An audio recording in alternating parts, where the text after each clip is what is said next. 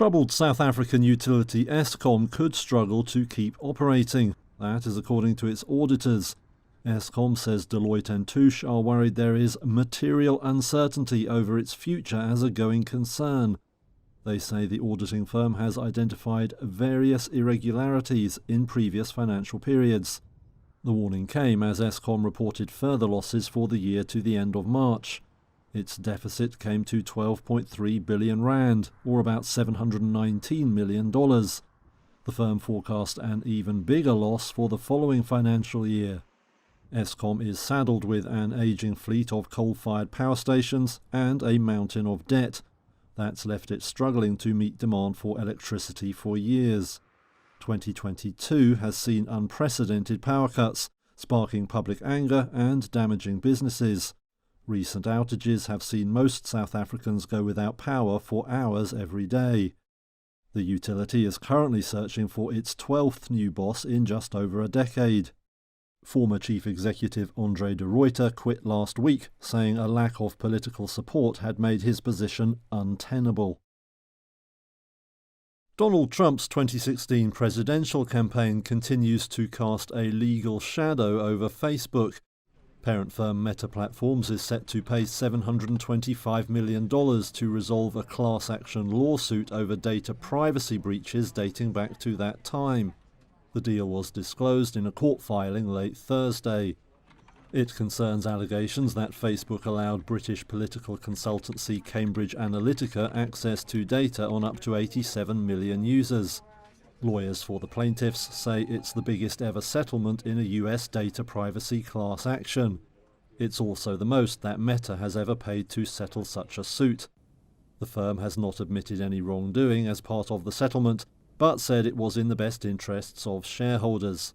Meta says it has completely overhauled its approach to privacy over the past 3 years.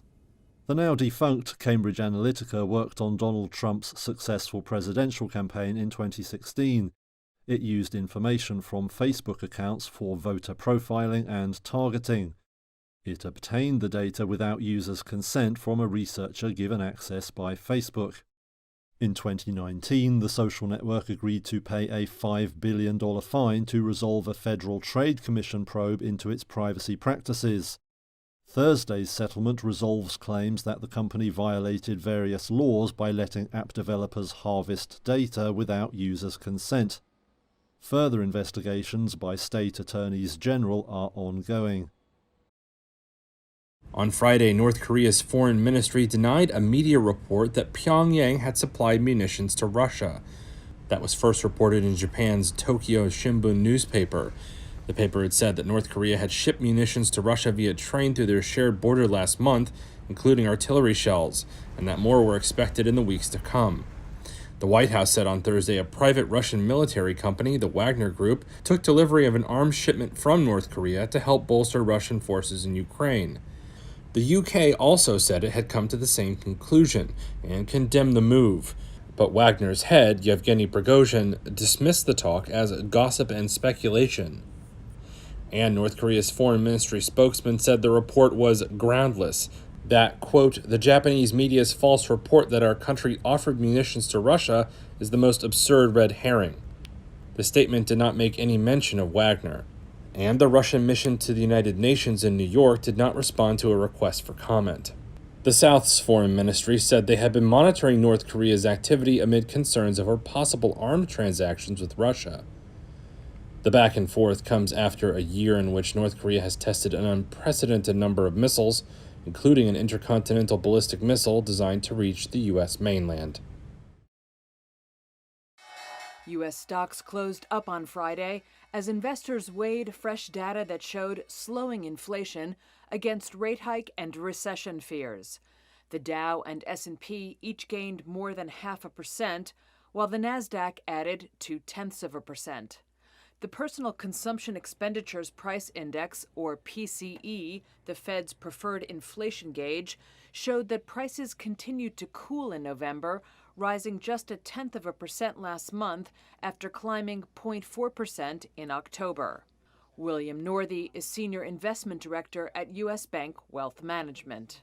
Some of the more pertinent factors that are impacting the market today are certainly a confirmation of decelerating inflation. We saw the PCE come out today, and it confirmed what we'd seen out of the CPI just last week, which is several consecutive months of lower levels of year-over-year inflation.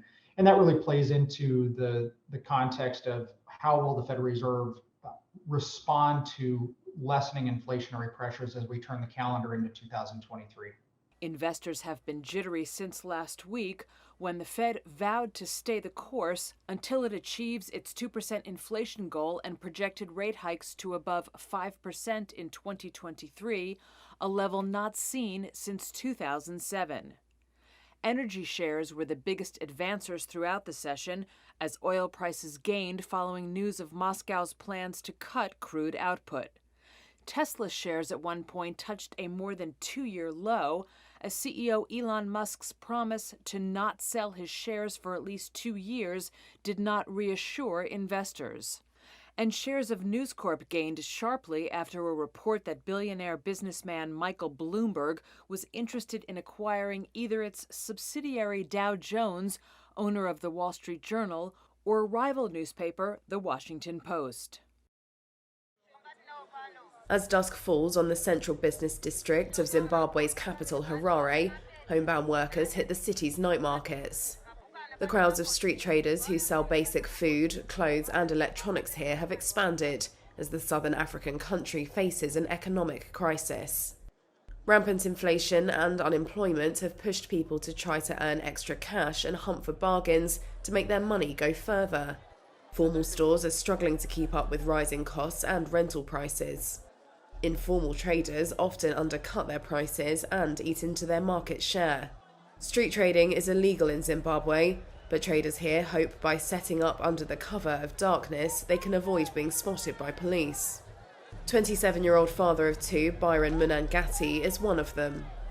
People come here because our merchandise is a bit cheaper. I expect better sales during Christmas holidays. At least people have a tendency to spend on groceries and other things.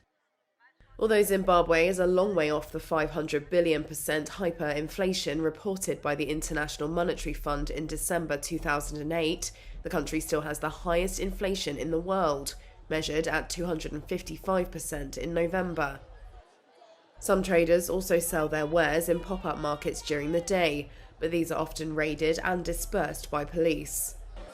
For college student Obert Chinganyama, street vendors offer bargains he cannot get in stores. I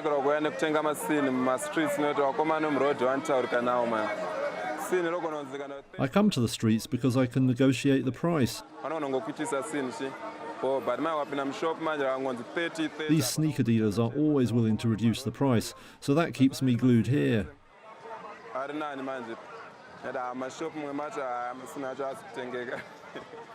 The dire state of the economy is blamed on years of government mismanagement and corruption, made worse this year by the global food and energy shortages caused by the Ukraine crisis.